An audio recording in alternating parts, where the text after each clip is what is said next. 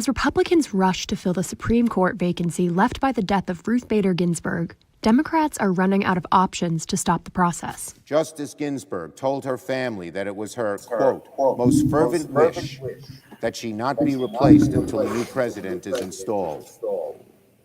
That was Justice Ruth Bader Ginsburg's dying wish. If President Trump's pick does get confirmed, it shifts the entire political spectrum of the Supreme Court to the right, and justices hold their positions for life, locking in generations of likely conservative decisions.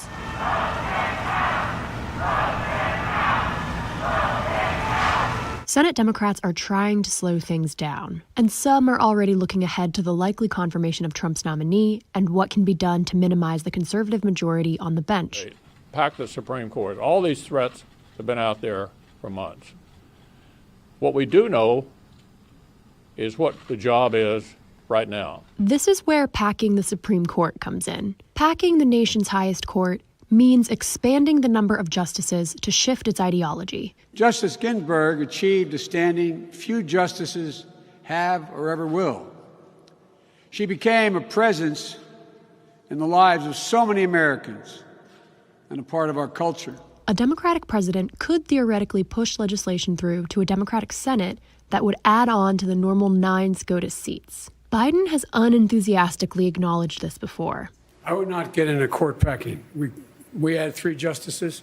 Next time around, we lose control. They had 3 justices. We began to lose any credibility for the court has at all. The Constitution does not establish a specific number of justices for the Supreme Court. It actually started out with 6, and at one point grew up to 10 seats in 1863. Democrats in favor of packing the court have argued it's a necessary reform. Those opposed have said they're against setting a precedent of allowing change. Would you consider adding more Supreme Court justices to the bench? It's a legitimate question. Let me tell you, I'm not going to answer that question. Okay. Because it will shift all the focus. That's what he wants. He never wants to talk about the issue at hand. In order for this to be a real possibility, Biden would have to win the presidency, Democrats would have to flip the Senate, and Biden would have to garner the motivation. All right. What's going on, peoples? That's enough of that right there. I just wanted to give y'all a little intro and help you understand what's taking place and what's the process right now of this current administration.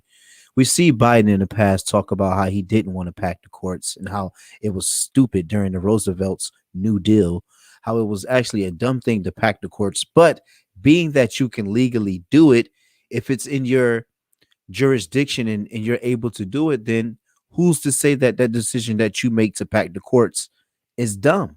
So now Biden being in the position that he's in now, the Democrat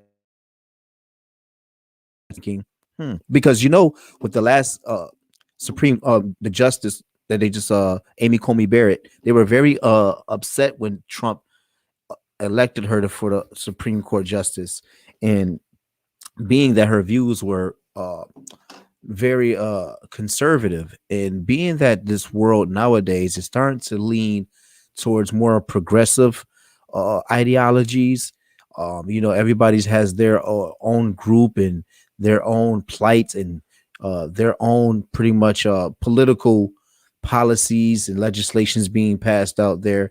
This was a bit of a difficult blow for them when Trump allowed her to be elected and to put it to the Supreme Court justice. And right now what's happening is that the Democrats are actually going to take place with that. Plus, we're going to be talking about the new Green Deal as well today. The new Green Deal. What's in store for the people? What are they doing to help better the economy? And how will you and yours benefit from this new deal? But with that said, I'm going to bring in Jeff. I'm sorry, I have my image. Let me put my image up here. Bringing my man Jeff Klein. What's going on, Jeff? Oh, and before we continue further on this broadcast, Super Easy Player, smooth line platform that you could go and watch TV and stuff for free. So go check them out. We're sponsored by supereasyplayer.com. All right. What's going on, Jeff? How you doing, man? I tried to give a nice little intro leading into everything that's been taking place as far as this discussion. No, it was good. It's good. Be definitely to us from a statistical standpoint and just kind of give us the crux of what's taking place. with everything in this packing the courts. Well, I think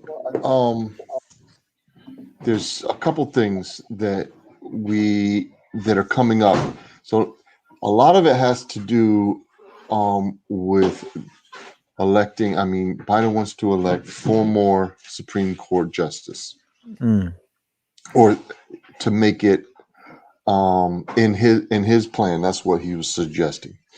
So we're looking at basically taking that, and then they would get to assign those Supreme Court justices to the court, which kind of the video explained.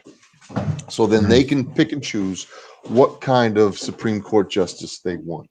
And obviously they're going to pick somebody who they feel is going to give their ideology the best shake in any issue that comes across that is saying it is against the Constitution. So the Supreme Court justice, the Supreme Court is there to say, if any case gets to the Supreme Court justice, they're just going to say, hey, does this coincide with the Constitution of America? And can we say that? And then they judge, is it constitutional or is it not? And what's happening is, and it's on both sides. So I don't want to, the more I look into these types of things, just like last week we talked to, the topic, there's issues on both sides of the aisle. We get a full conservative Supreme Court justice. They're going to only represent the conservative mindset, and they're going to always judge the case on their conservative mindset. Exactly. But a lot of times, when the media or the liberal side of things, the Democratic side, when they continually say conservative, they have labeled the conservative party that it is not up to date with societal needs. Yeah. And it leaves out the point that the conservative judges are conservative because they try to only rule on the constitutional the Constitution. And so they're not trying to put in what society, change the Constitution or rule on a change of the Constitution or interpret the Constitution in a way that society needs it to be interpreted right now. Yeah. And so based does that make sense? Based on how we're living right now, which I can understand how what the Democrats' position is when it comes to the Constitution, just in the thinking of the more liberal type of thinking, more progressive way of thinking. But like I said, sometimes some of those progressive thoughts get us into trouble. Now I understand some of the liberal thoughts, but some of the extreme progressive movements and thoughts are something that we really have to be careful about. But like I said, this is the battle back and forth, and I definitely understand what you're saying about, we don't want it to be strictly Republican rule, because like you said, you just get the letter of the law and that's it. There's no wiggle room to help coincide with actions of today, Exactly. dealing with what's happening today. So definitely can understand both sides. And I was thinking when I was reading some articles this morning about conservative and liberal judges, you will hear, anytime, just like we talked about the rhetoric, and you'll hear the agendas being pushed, but normally during before there's big decisions being made, you'll see trends in the media of certain statements, and you'll hear conversations about certain things. And I can tell you that during Trump's kind of reign for the last 4 years, or the prior to the last 4 years, one thing, if you talk to a liberal and you said he's trying to make America great and he's a constitutional president, you will have a discussion on the Constitution needs to be redid. It needs to be rewrote. They need to throw it out and redo it because it's not for today. It doesn't. It was written, hundreds of years ago, and it's not for today. And that type of rhetoric was during Trump's reign because he was very constitutional. And now it's planted in society's head that maybe the Constitution isn't the best for America right now. Right. I mean, we hear it on a racial divide. We hear it, African American is only considered three fifths of Constitution. And it was never considered, why they made that statement, and it never said that they were just counted as 3/5 of a person for, and they did that so that the southern countries, the southern states in the South, representatives, didn't have more representatives than the North, and they couldn't continue that racial agenda. And so for them to put that in there was because they were trying to fight the racial divide and try to keep up with the main statement that all men are created equal. And so they were trying to amend that racial issue, but now it's interpreted as it's old, it's racial. It was racist from the beginning, and now it's still racist. And then it goes on from there, from all the other things about women, about abortion, about all these other different concepts that the liberals are really fighting for right now. And so when you look at that stuff, you got to think about the rhetoric that's going on. And now Trump, if you look at it, the Democratic Party put Trump in the best position they possibly could, because they never believed that Trump was going to win. Yep. So if you go back, I don't know how the numbers are, but I believe it was over 100 judges that Trump was allowed to put into place from the lower courts all the way up.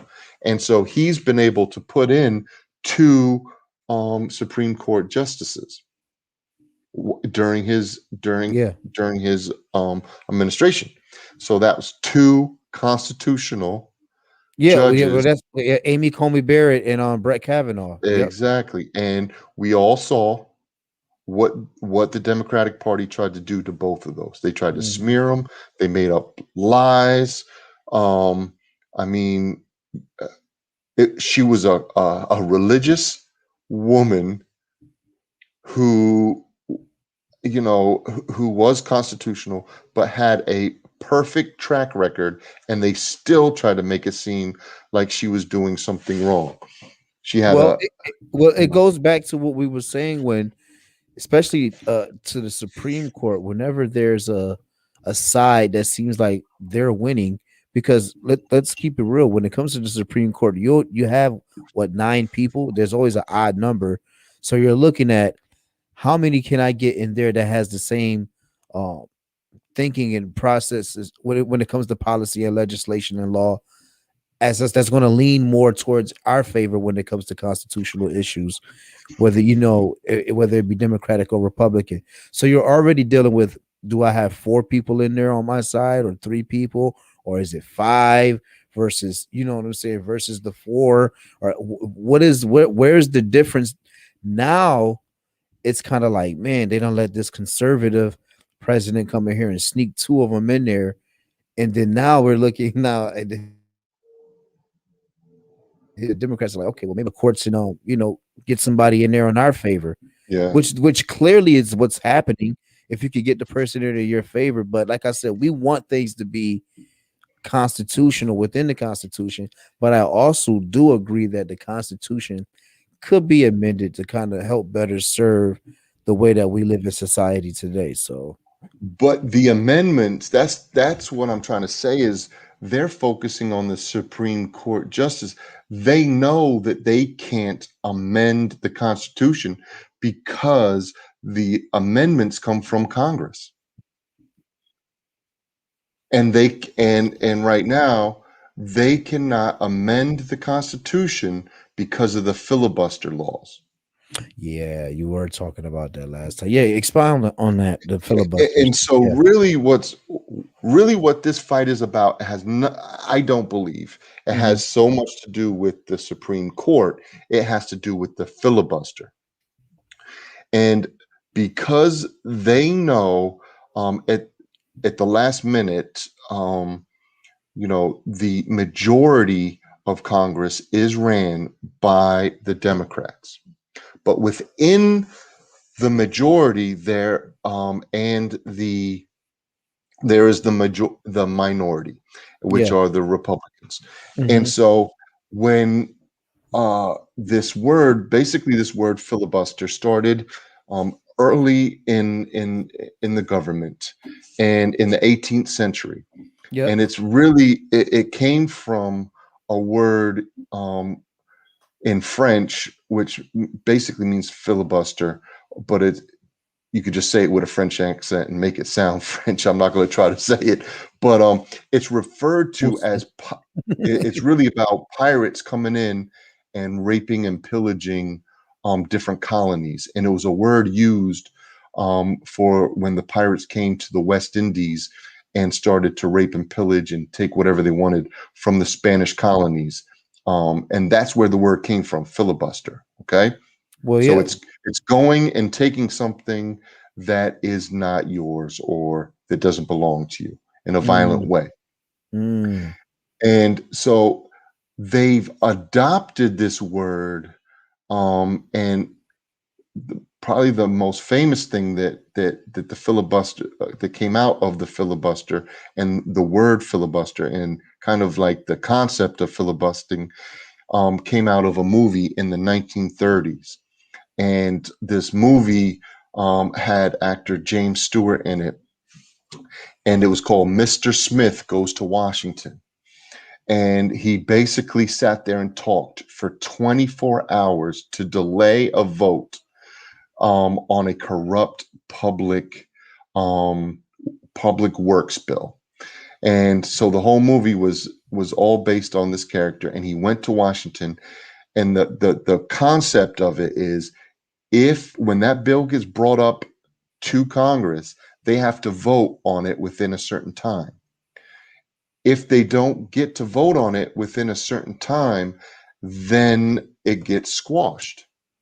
And so the filibuster originally started so that if I didn't like what the majority was about to vote on, all my people would get up and I would just talk and talk and talk and talk for hours, 24 hours, 30 hours,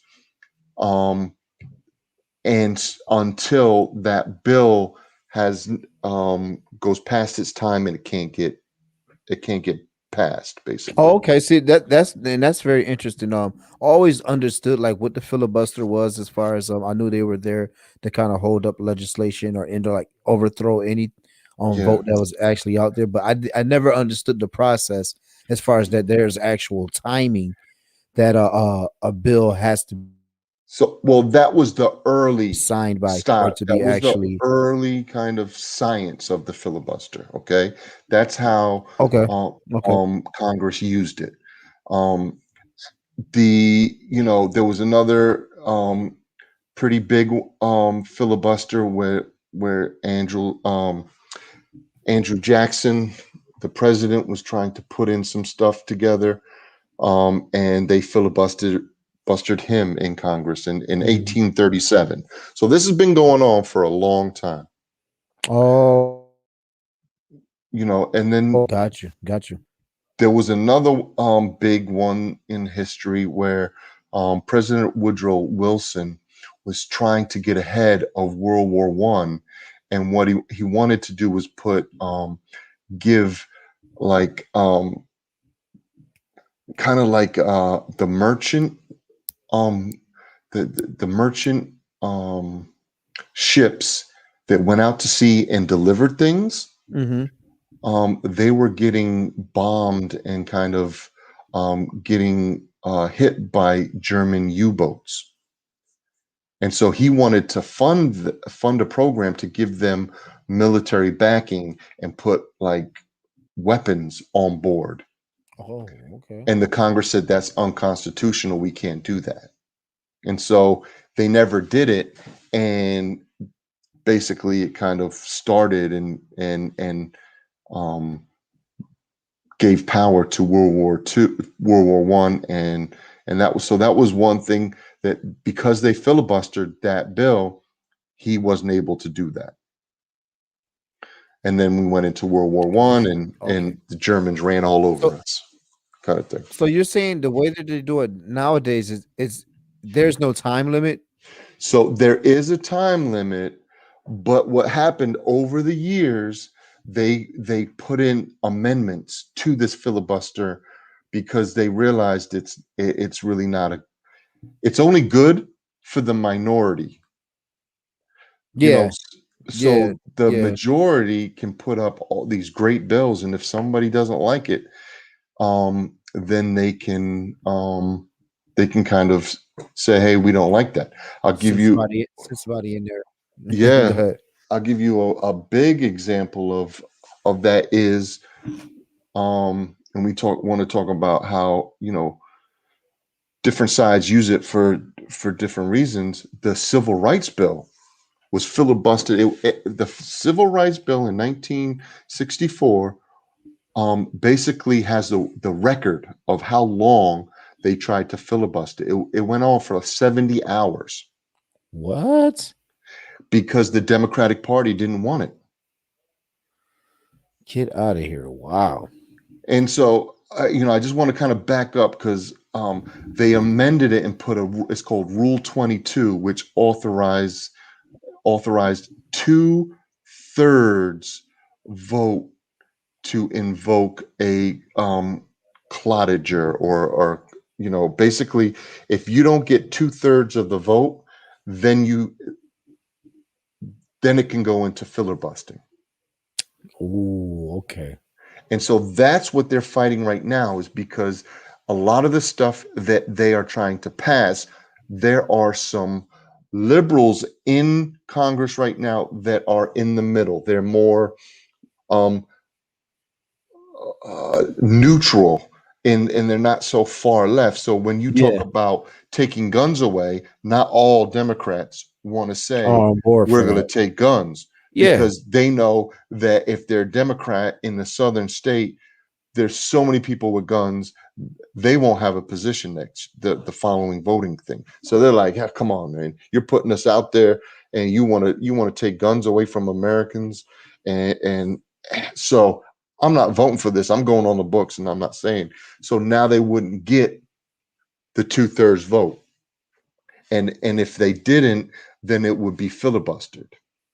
Oh, okay, gotcha. And then they can go into that time, right? And then they can go into that time and just start filibustering everything and start speaking and wasting time until that bill is up and they can't pass it. Wow. Okay. So I didn't know that. That's how it took place. Yeah. In 64, the Senate Actual filibustering. They went out and filibustered. It was the largest in history, and it went for, I'm sorry, I said 75 days of speech and procedural movies aimed to prevent the passage of that year's monumental civil rights bill. And this is from, basically, this is from the History Channel. Oh, okay. That I got that information from. And then, and then since then it kind of affected certain bills. But then we look at kind of what I would say modern day politics has kind of changed since that. And we can look at in 2013, that's when it really started to take a real bad turn, because the majority, right, at that time was Barack Obama was in power, and Barack had the Senate and the House. And so he was running, he had everything, right? And so when he started to put into what they tried to do with that Rule 22, the reason why they put that in was because none of the presidents were able to elect any of their officials because they kept on filibustering. So if I'm president, or you were president, and you wanted me to put me in Secretary of State, they would just keep on filibustering and I wouldn't be able to go. And so by the time you even got through your first or second year, you wouldn't even have a cabinet, because the Democrat or Republican, whatever opposite party, would just keep on filibustering, and you couldn't get your cabinet into play unless you hired people that they actually agreed on. See, that's interesting. See, that's why. Okay, yeah, okay. Go ahead. No, continue. No, I mean, if you want to. No, I know. I'm definitely right where you were going. Okay. That's what I'm saying. Go ahead. I don't want you to lose your thought. Go ahead. So in 2013, that's when really it got really bad, and the Republicans started filibustering every single person that Barack was putting up, because they were like, that's a socialist, we don't want these socialist mindsets. And also they didn't want Middle Eastern, that kind of the undertone of what Obama really, he spoke bad about terrorists, but he also was funding terrorism, and he allowed a lot of terrorism to happen at that time. Yep. Iran. We already know. I mean, he opened up our country to certain countries that were banned. He had leaders in there that, I mean, look at Hillary Clinton's basically right-hand woman. Her parents are banned from England, from European countries, and from America. They're not allowed. The corporation, the nonprofit organization that they run, is considered a terrorist organization. Yeah. What's the name of it again? It's the Bill and Hillary, the Hillary Clinton Foundation. Well, it's Abdur Hillary Clinton's basically her I could look up her name real quick. Hillary Clinton.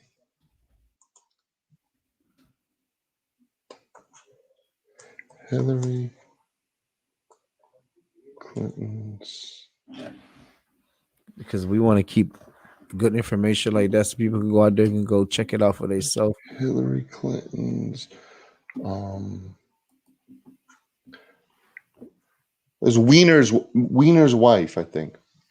Oh yeah, I heard about the Anthony Weiner's wife. That worked with them in that.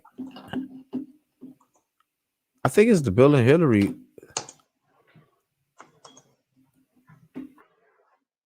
Yeah. Huma Aberneen. Huma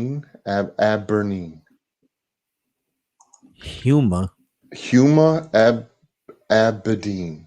And if you look up her parents. Oh yeah, Uma Abedin. Yeah. Yep. Yeah, Uma Aberdeen. Yep.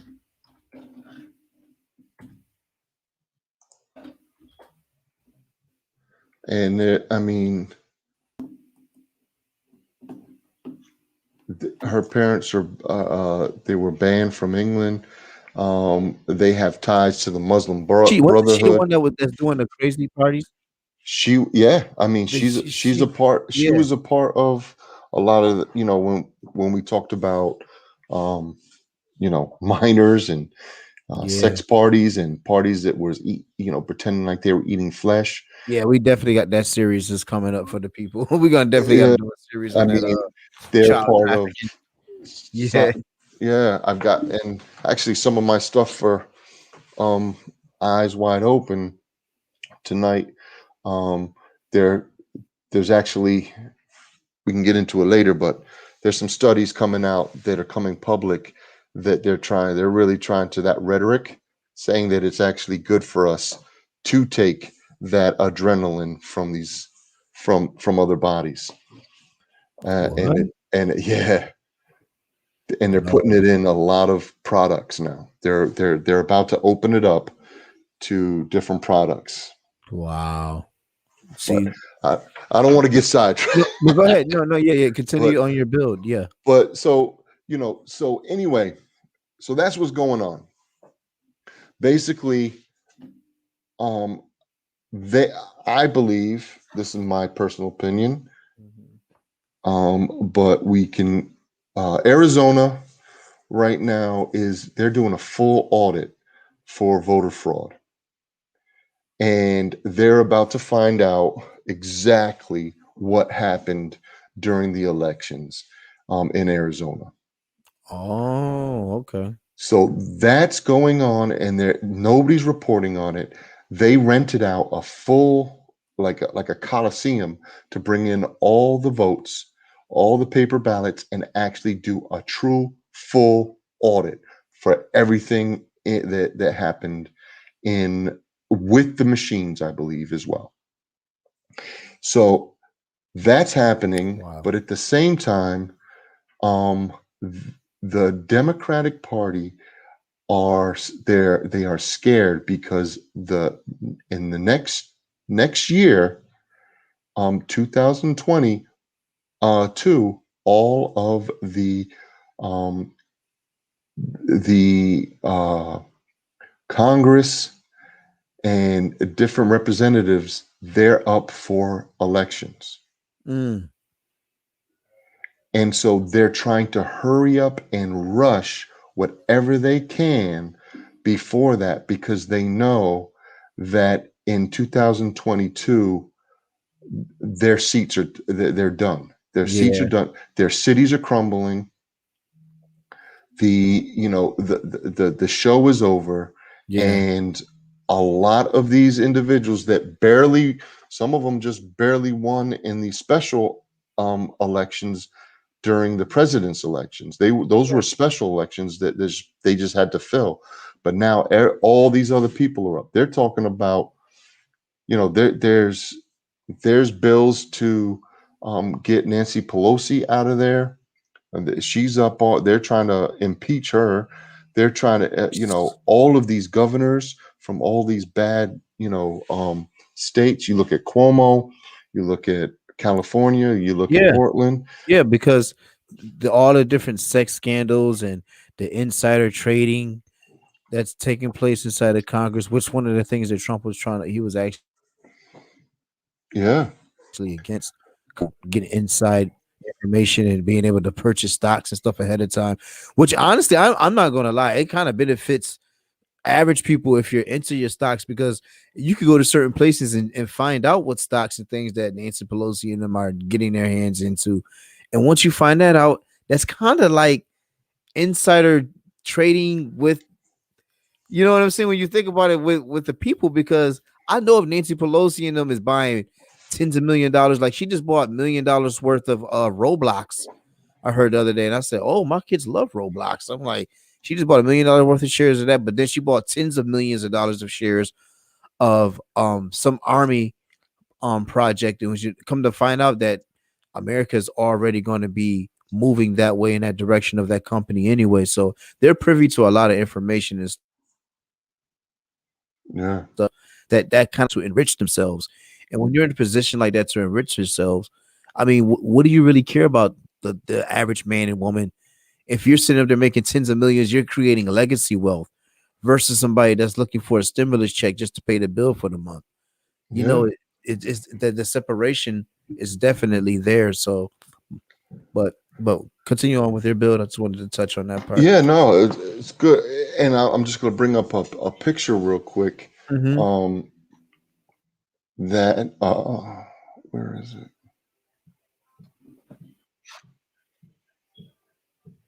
Oh, that's not it. Man, you gotta put the icing on. Well, first of all, I'm gonna bring up. Let me go here. You brought up a good point about what other people, but I'm gonna bring up a video of actual Biden talking about filibustering and what he said in Congress when the other side was trying to do it. But So here's the.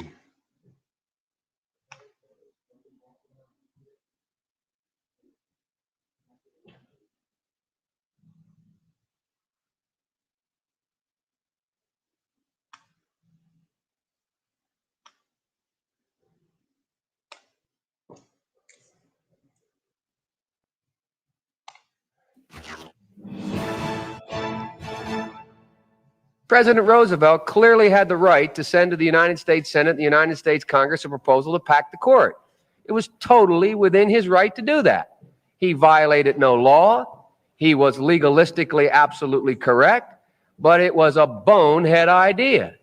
It was a terrible, terrible mistake to make, and it put in question for an entire decade the independence of the most significant body, including the Congress, in my view, the most significant body in this country, the Supreme Court of the United States of America. The president had the right to do that. He was totally within his power, and his objective was seen clearly. So absolutely beautiful. Is that me?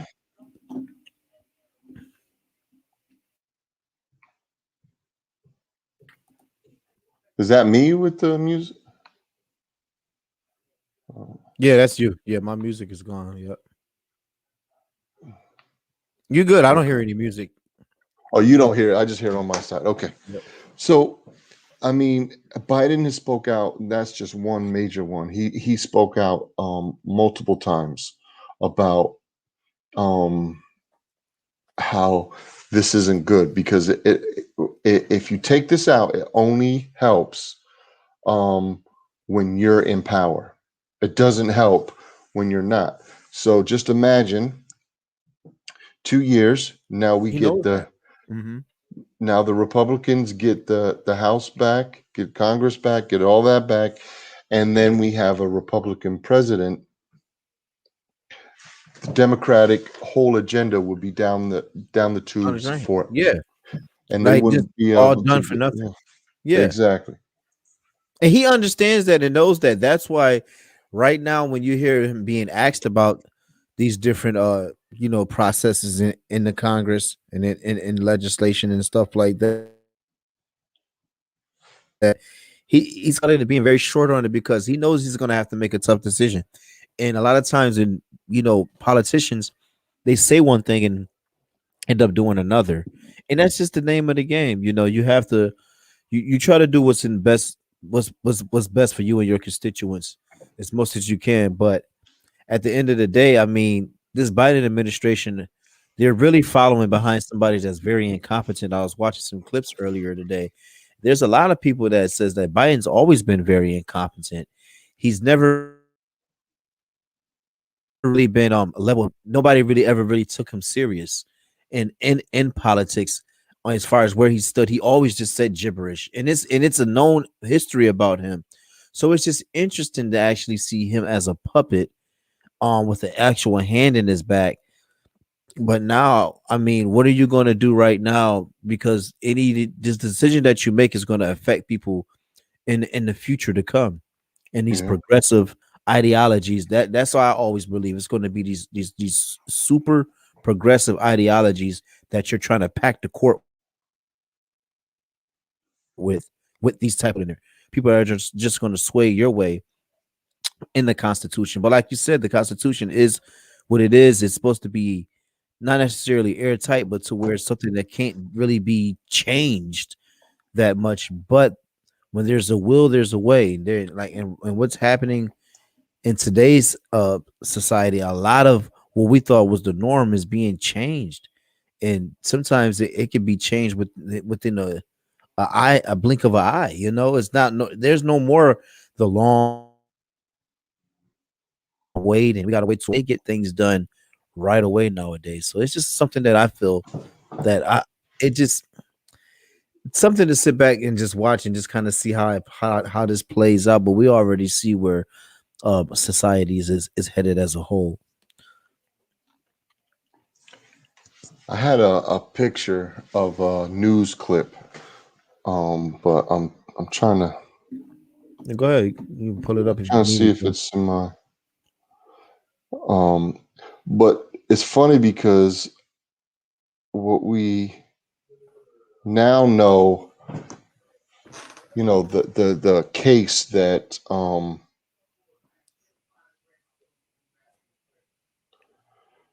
that is from that the Republicans are Democrat. I mean, the Republicans are, and somehow the Democrats are not the racists. And I found a clip about filibustering and who actually, I wanted to know who was still around, who did the in 1964, who was the Southern Congress people that were filibustering and actually filibustering against the Civil Rights Bill. And I found one of the major ones was Byrd. Oh, yeah. Which Joe Biden's mentor, right? And so Hillary Clinton, Obama. I don't know about Joe Biden, but I do know about Hillary Clinton, Obama, and multiple other leaders all went to this guy's funeral and spoke and said he was like the best congressman ever. And I found this clip of so I've got it on my phone. Yeah, Robert Byrd. You know what? I'm gonna send it to my messenger. How's that? I'm gonna try that right now. Yeah, go ahead. Yep. Robert And it's just, it's just crazy what we say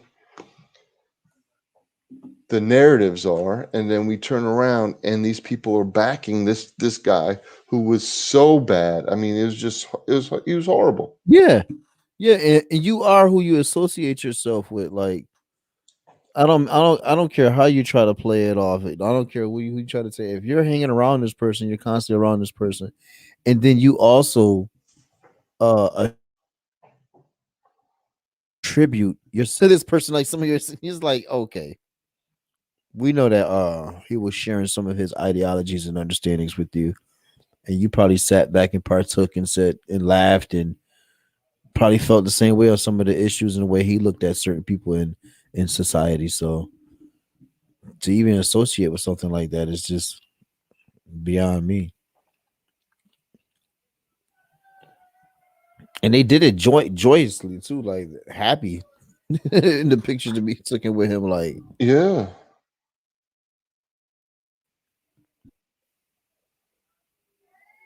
But like I said, just like Bobby Hemmett says, he said it's all a ritual. So you even think about it, you see when they take those pictures with people and they're so excited, and you see Obama putting medals on Bill Gates's neck and stuff like that. They know what rituals and stuff they're partaking in. We're just the ones on the outside looking in as the people.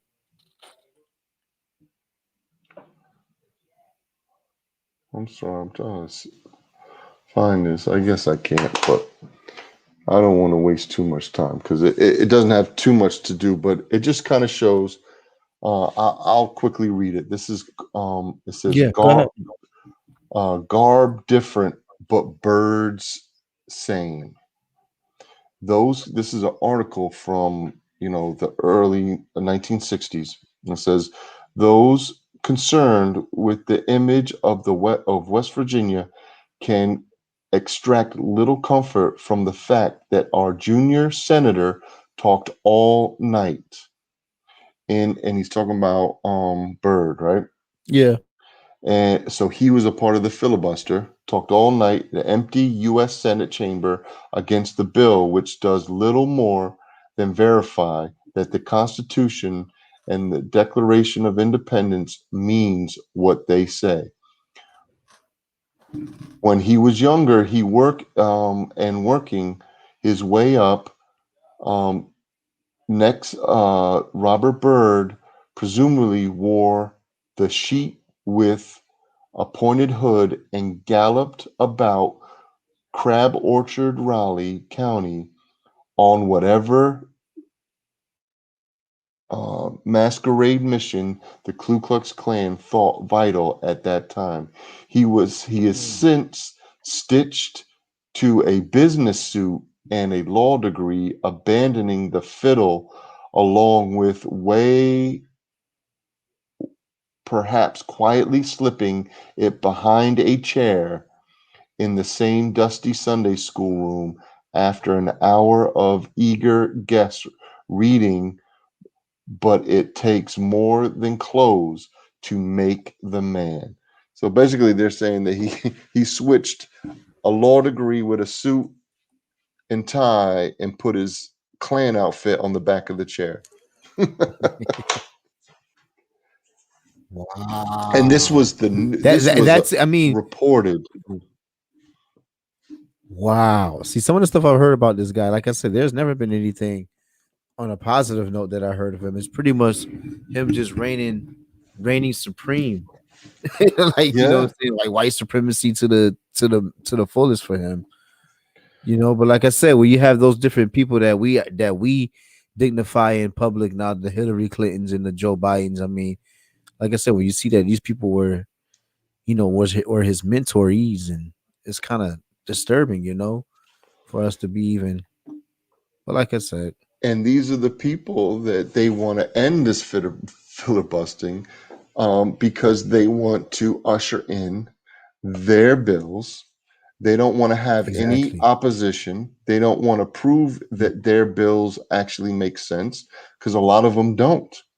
No, a lot of these new bills are not making sense. The reason why the filibuster got kind of in power and kind of got some traction behind it was because when Roosevelt tried to push in through a lot of things for the Great New Deal, they found that some of the stuff that he was pushing was unconstitutional.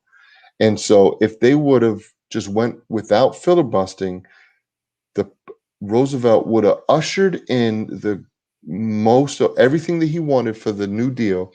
And a lot of the stuff, more than I think 7 or 8 items that he wanted to put together, and different types of aspects of that plan would have been unconstitutional. And so every time something happens in America, they utilize certain things to take our rights away. So we look at, let's say, 9/11. Yeah. We look at terrorist attacks. Since then, yep. You look at how many just gun violence when they picture in the schools. Where's all that gun? Where's that gone? We haven't seen a good, I hate to say it like this, but we haven't seen a good shooting in a school in a long time. Right. I know, right. Yep. They've had a couple mass murder, gunshot. What do they call when somebody goes out and shoots? They just call it a mass shooting. A mass shooting. Mm-hmm. So all of a sudden, well, the one that we did have during Trump's reign was basically a psyop for some undercover stuff, that one in Las Vegas. You don't hear nothing about that. Remember all I those? know, I know. You don't hear It's nothing about totally that. on the hush, right? It's nothing in the news, nothing like reoccurring, no new information, anything. But what's very interesting about that was the king that Trump took out of power and put into power, the prince.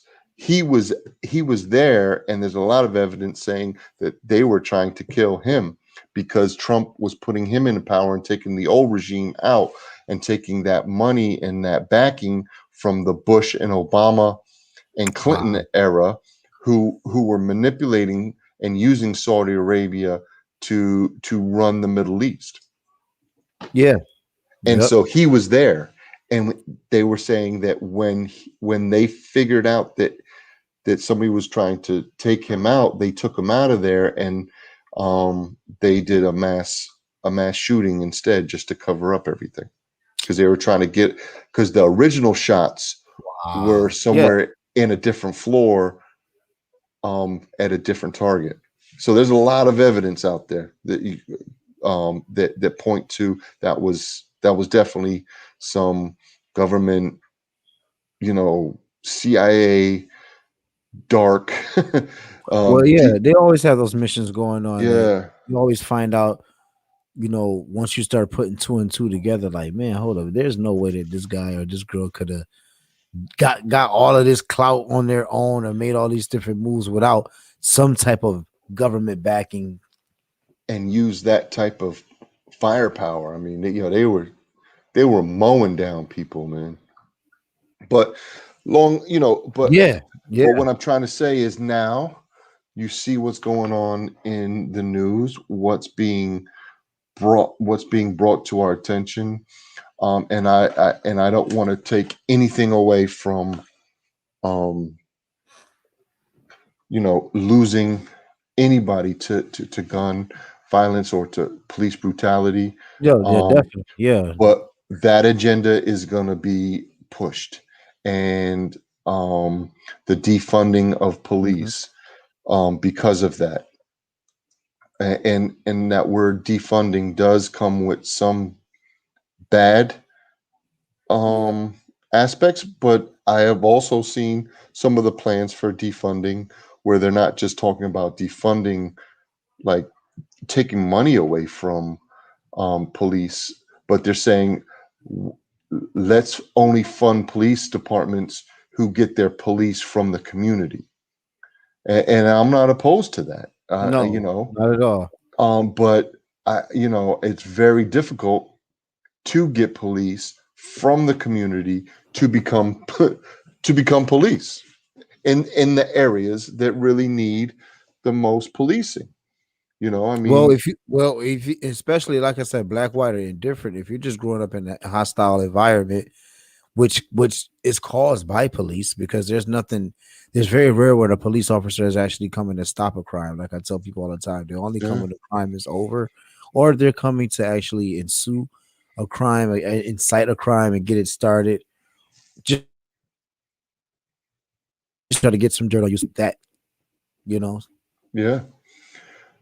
So now they're going to start pushing, they're pushing gun reform. Yeah. So that's up in the air. And then they're doing, they have their what they're trying to do with the actual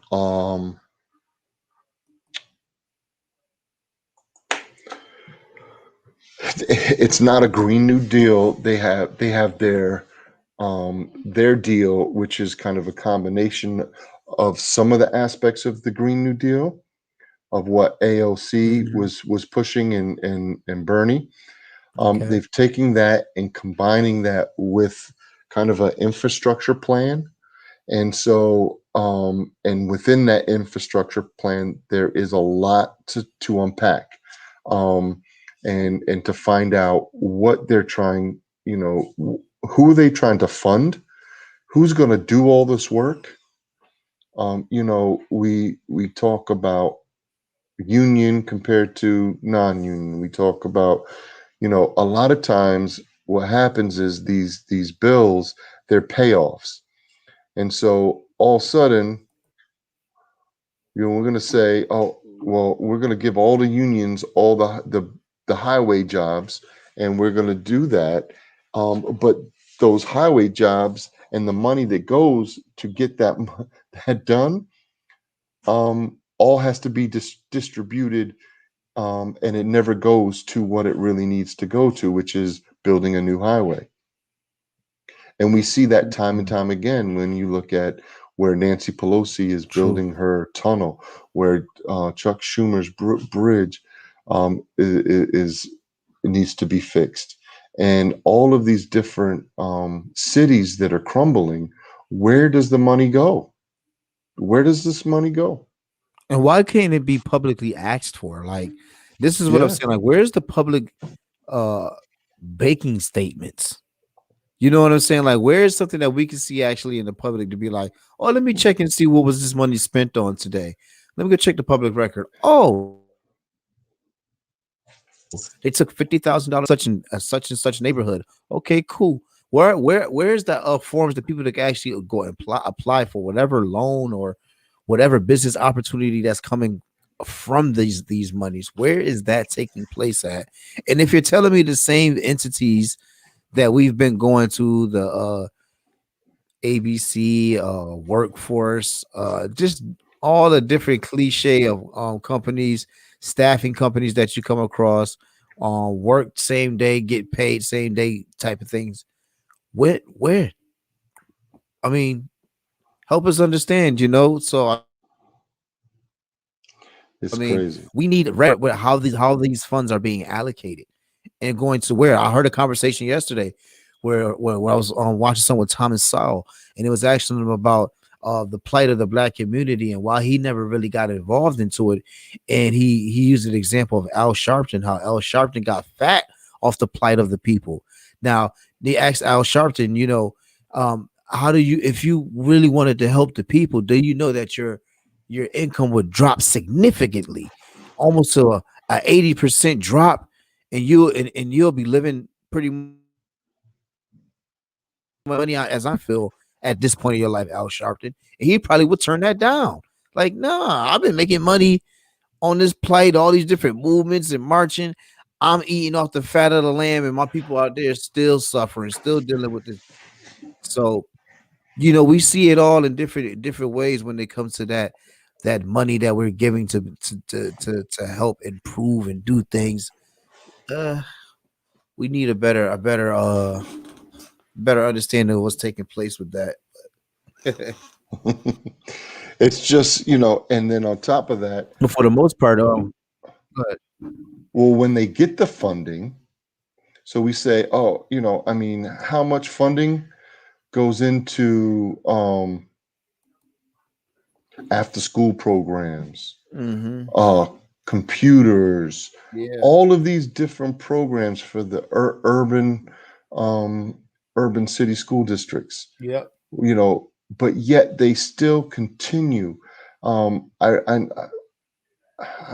can't remember the numbers, and I wish I didn't even think about this, but when Trump was talking about doing the choice, parents' choice to school, everybody has a choice. I started looking at how much money was funneled into inner city programs for school federally, and there is millions and millions and millions and millions and millions of dollars that get allocated to these programs every single year, sometimes twice a year. There's no understanding of where that money goes. Like you said, it goes into the school district and disappears, and It's being never hits misappropriated. the people that need it. Never hits the people that it needs. Every single time, it's always misappropriated funds. We'll look at the Black Lives Matter organization, over $100 million But where's that money going to? What is happening with Yeah. the finances? I mean, I'm just using that one organization as an example, but that was one that was begging and had a plight, and people gave the money to it for that plight. But how are you serving the people that are in that plight? I don't understand. I don't understand. I mean, I think Breonna, what was it? Breonna Taylor is her name. Her family just came out and said Black Lives Matter didn't do Yes. anything for them. They Yeah, publicly yeah, I said know. Yeah. that Black Lives Matter was a scam, Yeah. Yep. The father and the boyfriend. and they basically used her name to make money. Yeah, that's all it is. And they have a lawyer. I forgot his name. Ben. I think Ben Crump. Yeah, he comes out there and he gets on every case. Anything that has to do with a black kid getting shot or anything by a cop, gets on the case, sues the city, gets the money, and that always that process of suing and the family receiving a settlement, it actually dampens the severity of what took place in those type of shooting. It really takes away the essence of you really getting some help, something tangible in those areas when it comes to these police shootings, because it's like, okay, we paid for the death, we gave you money, now you can go away now, and we just leave that be. And shootings for our own other perspective of whoever they're shooting, black, white, Indian, indifferent, whoever. Why are you shooting people? Like, this is the part I'm like, you're shooting people before people are even like they're not brandishing a weapon or anything. You're not even allowing a situation to unfold. You're drawing your weapon and shooting these people point blank range. So I just think as a whole that they need some type of training across the board, you know. And like Chris Rock said in a funny comedy recently, you know, people say, well, you know, the police bad apples. What if they said that about the airlines?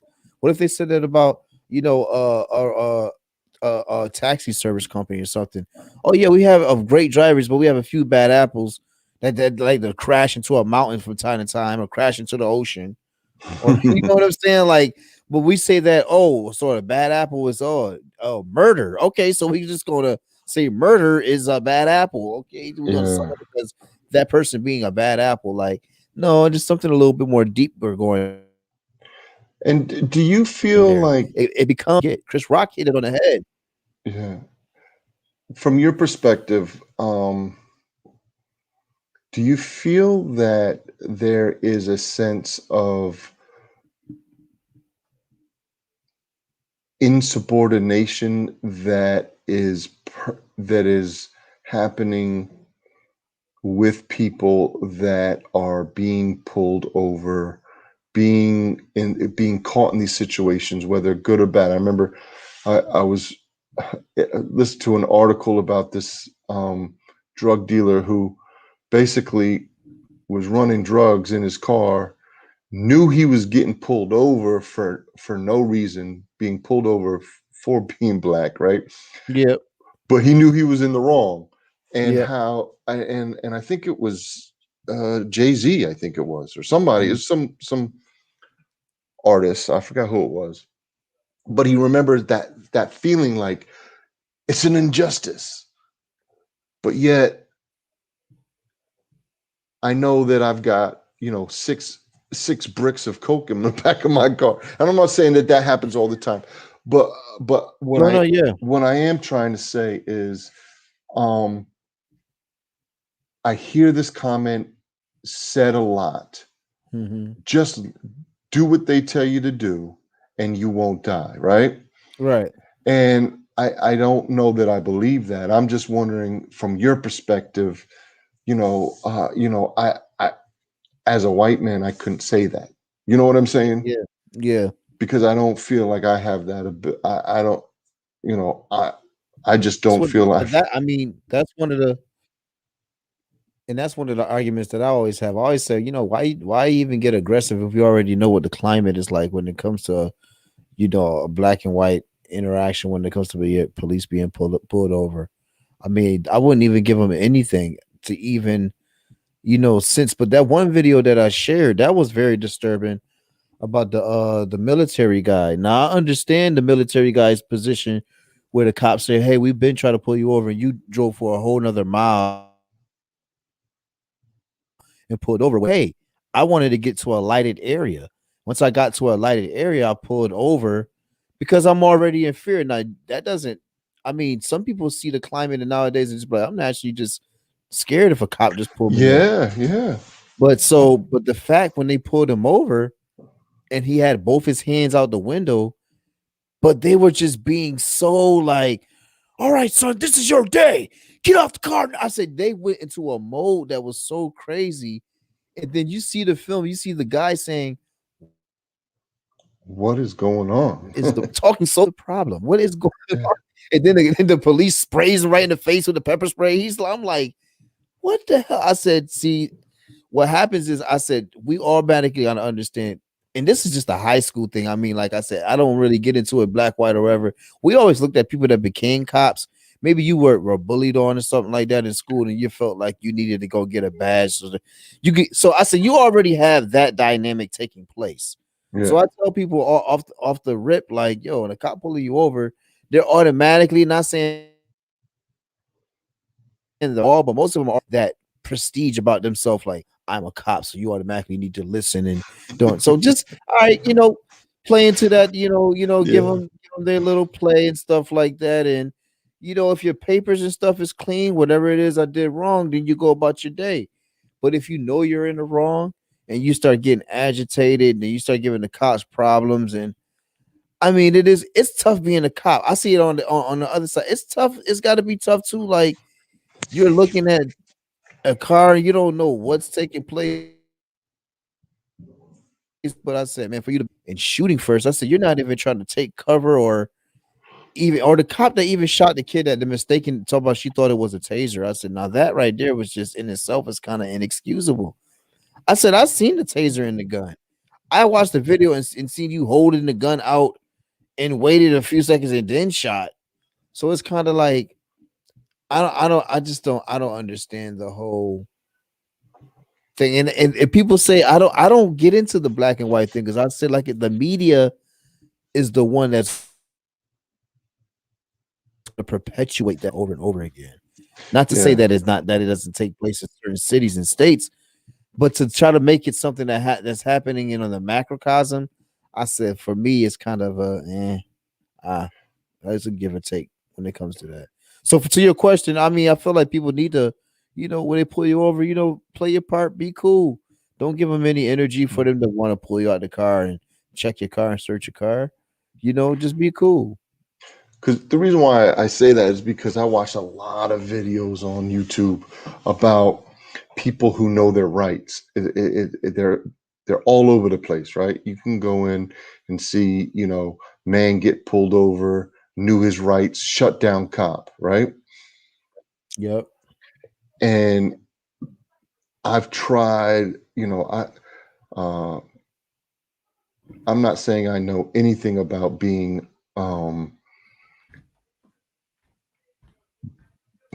being pulled over because somebody is black. This is what I'm saying, but I know what it's like to be pulled over because I'm white in the hood. And so they don't like white people in the hood. The cops don't.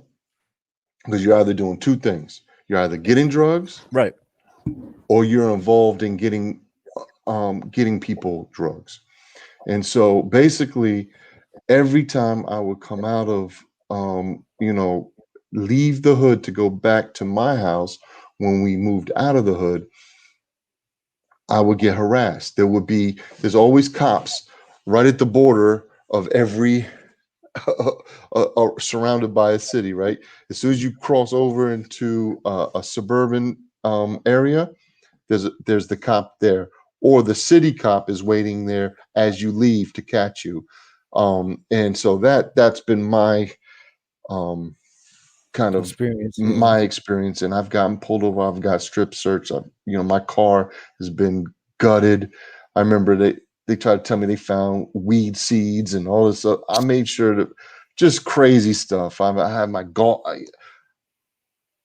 because I was crazy. I was a white kid that used to hang in the hood and I would come from golfing and go hang out on the block. Mhm. I'll have my Right. golf bag in my trunk, and they're like, "Yo, what do you got? Is this stolen?" I'm like, "Yo, I can't hang out on the corner and play golf." You know what I'm saying?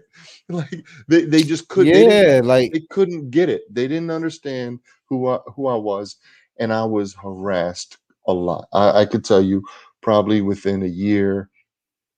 Well, basically, I got so much harassed, I stopped driving.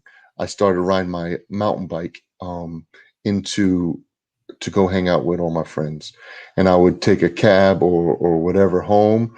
I'll just fold up my bike, maybe leave it at my friend's house or whatever, or just bring the bike with me in my cab in the cab. But because I was either going to get a DWI or because I was drinking and smoking and hanging out, but I knew I would get caught if I continued to drive, and they knew my car, and they knew my name and everything. But anyway, yeah. so I know that harassment, but when they were searching my car, I always felt like if I really stood up for my rights, I'm going to jail. Because as soon as I say they're not searching my car, get out of my car. Nope, you're not. You have no right. There's no probable cause for doing this. Here's my license, registration. Shut your mouth. Give me a ticket, and you've Nope. seen those videos of people doing that. Yeah, Nah, yeah, I see some videos. they crack it down and just, yes, officer. Why did you pull me over? I mean, they break it down and whatever. And so I watch a lot of those videos to try to figure out what my rights are. But I will be so afraid to get arrested. I know the power that cops walk around, that they feel that when you question them, when you question their authority, they got to shut that down quick. They can't have anybody question their authority. Right.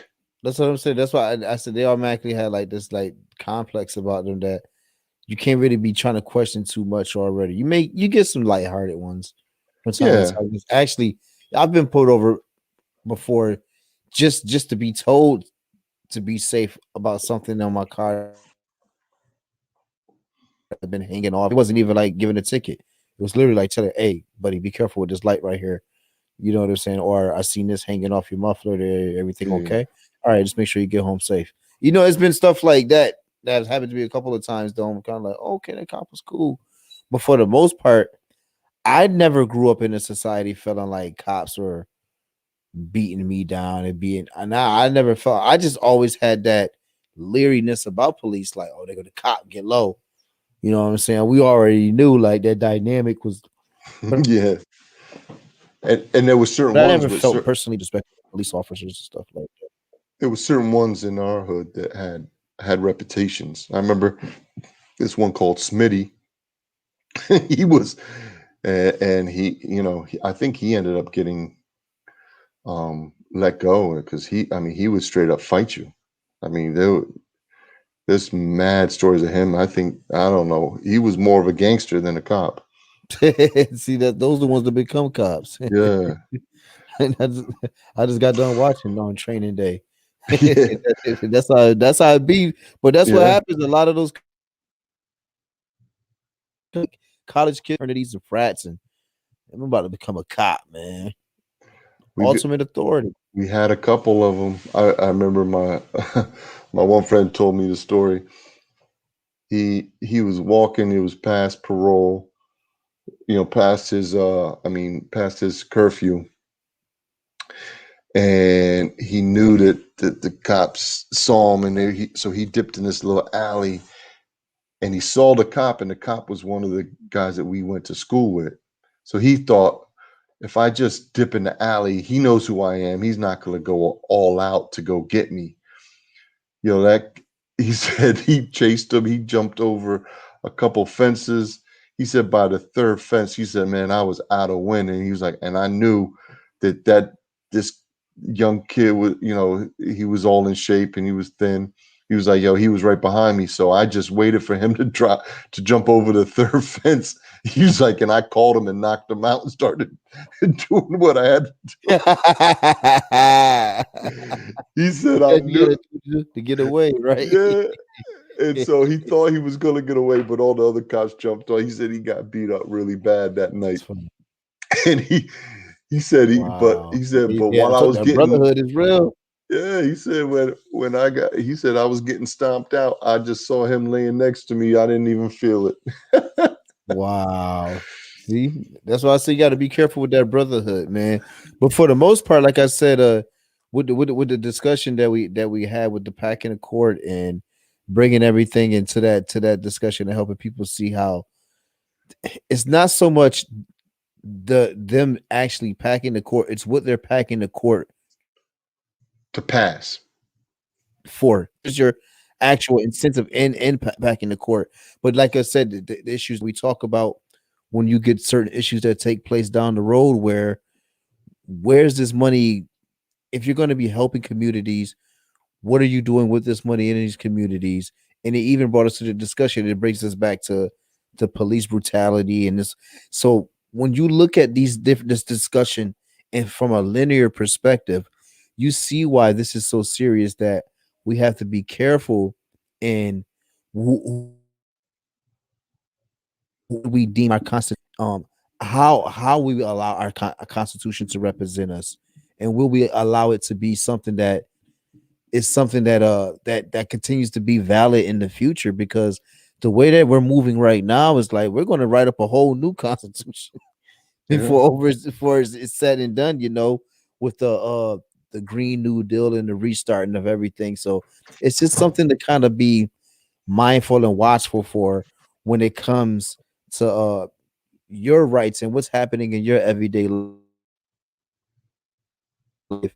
on crime. I said that's one thing I always found just stupid of people that did crime. Like, you don't even understand what's happening in law.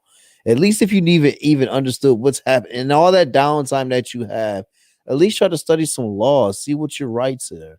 At least have some put money aside for an attorney on retainer, somebody that could at least speak for you legally. People are not even positioning themselves to do that. You're just out here playing the game to fail, and they're playing the game preparing for you to fail. Yeah, and then the crazy thing is too is what's going to happen is that if this actually happens and they throw in all these judges, they're going to focus on it's a good thing, but then the actual laws that they're going to pass, who they affect, are really going to feel that effect, because they've kind of what they've been doing since Obama era. Basically, they've been buying off the lower level judges and the DOJs of each state. So there is a huge amount of paid for by a certain agenda, and money given to all of these different low court judges, and Department of Justice leaders, DOJs, that are paid off by George Soros, Clintons, all connected, all to the Democratic agenda. I'm not saying that people in the Democrat congressmen are paying them off. I'm just saying the agenda, what is the agenda of the Democratic Party? The agenda right now is to make one group the overseers of this country. And they don't want a Republican Party to mess with their power. Yeah. And so right now we already see the injustices of the lower courts. Oh yeah. Where they're putting, nonviolent offenders away for a long time. What group of people get affected the most in the lower courts is the minorities. Yep. And they've paid for those people to do that. That's an agenda that is totally paid for and pushed through the Democratic Party. And then they make it seem like, oh, we need to change these Supreme Court justices because the Congress, because the independent the the actual laws on the books are against constitutional and against the society and against this and against it. Well, they're the ones that are pushing the agenda. They're the ones that are pushing. Clear point. 3 strikes, you're out, right? Yeah, three strike rule. Yep. That was pushed by a Democratic, by our leader right now. So where if you get caught with a rock at the size of a quarter, you get automatic 5 years. I said, damn. I said, you ain't want nobody to win, boy. So I swear they definitely had that agenda. They make you think, and what I always suggest this is look at the opposite of what they're trying to push and see. So the opposite of the Supreme Court, or I don't say the opposite, but the other end of the spectrum of the Supreme Court is the lower courts. Yeah. And so how corrupt are the lower courts? How corrupt and who gets affected by when these laws change and all hell breaks loose? Because we see right now, we see Chicago, we see these violent cities that are lawless. Yeah.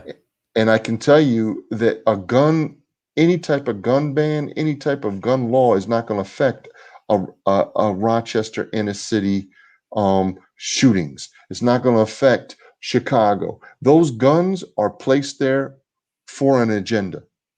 Straight up, they're for an agenda. Oh, automatically, man. Listen. Nobody could go get a light. Nobody has a license and getting a license in the hood for no gun. Yeah, and getting no references and all. Just like that, for types of guns. Come on, man. That 13-year-old kid that just got shot. Where did he get his gun? 13 years old. How do you get a gun? Yeah. There's agenda. There's an agenda, but there's money in that. Both ways. There's money in the morgue business, and there's money in the fact that you could go to prison. We can make more money if you go to prison. We could definitely make more money off you that. Yeah. So let's give this area all the guns they can have. Let's defund the people that are trying to stop the violence, whether they're doing it right or wrong. I'm not saying that. Yep. But let's defund them and then take away the guns to the people that are actually carrying guns to protect themselves that aren't in those areas. Right.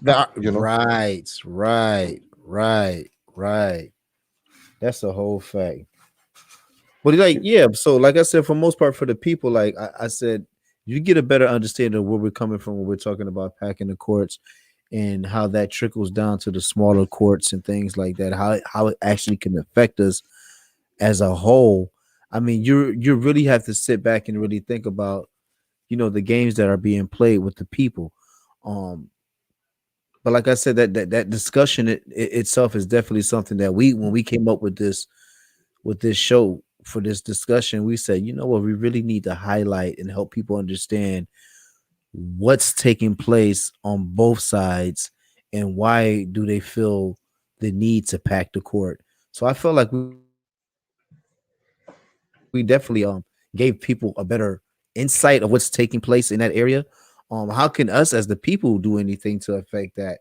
You know what I'm saying? It's just being mindful in our smaller legislations, in our smaller what I forgot I'm missing the word right now, but when we vote, we have to be able to look at those smaller votes when you're voting for city councilmen, you're voting the local. Yeah.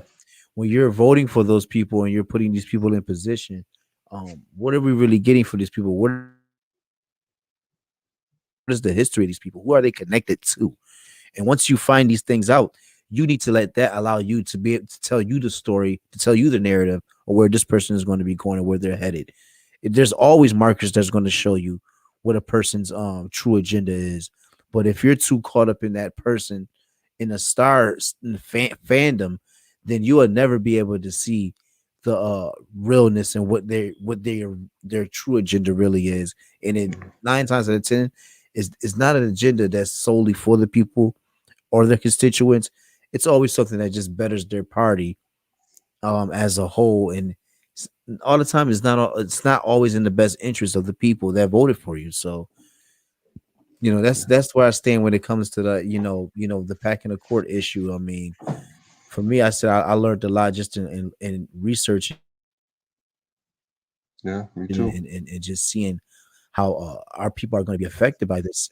Like I said, I'm glad Trump was able to get a couple of people in there that I feel like they're going to do a pretty decent job. But like I said, for the most part, we got to do our job first here on the ground by the officials that we elect first.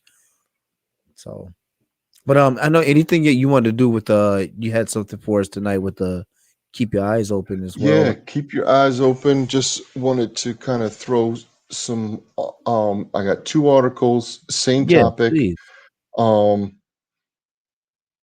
that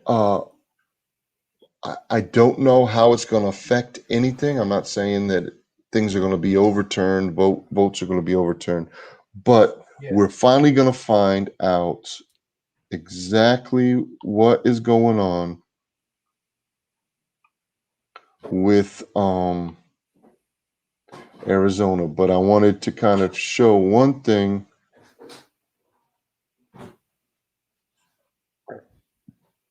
The first article. Yeah, go ahead. So if everybody can see that, this is Gateway I'm Pundit. gonna pull it up right here. Gotcha. And it says breaking exclusive. Hillary Clinton's attorney, Mark Ellis, inserts himself into the Arizona Senate audit of Maricopa